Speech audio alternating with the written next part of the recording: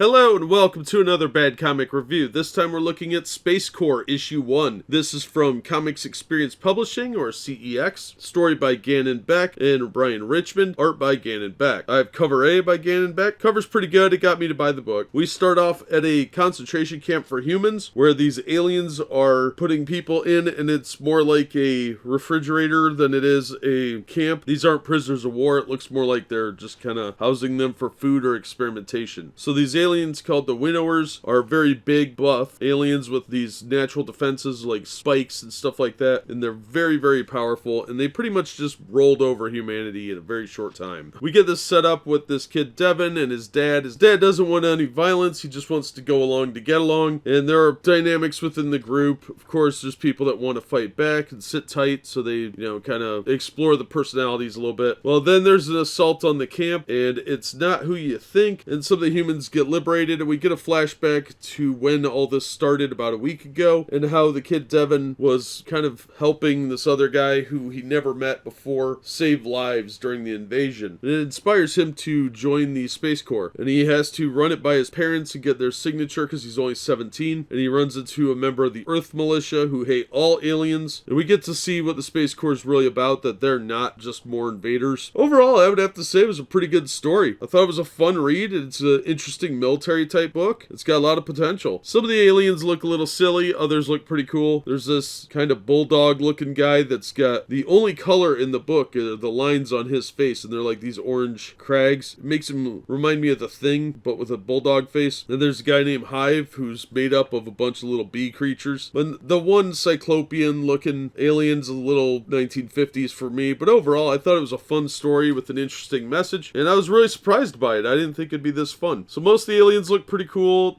Some of the art really just isn't my style, but I didn't have a problem with it. It's decent indie art, and the book's about 40 pages for $5. I didn't feel cheated for my money. So I'm going to recommend it. I don't think it's going to appeal to everyone, especially pacifists or collectivists probably won't like it too much, but I thought it was a fun read, and that really surprised me by it. So I'm going to track down issues 2 and 3 and see how those go. But overall, a pretty fun ride, and some really interesting story elements there, and interesting personalities. The character development's pretty solid, and I'm intrigued to see where it goes. That'll do it for this one. Thank you so much for listening and supporting the channel. If you enjoyed the video, please hit the like button, and don't forget to subscribe so you don't miss future reviews. If you'd like to help the channel out in other ways, links are in the description for support methods, including the merch store, and as always, we hope to see you on the next one.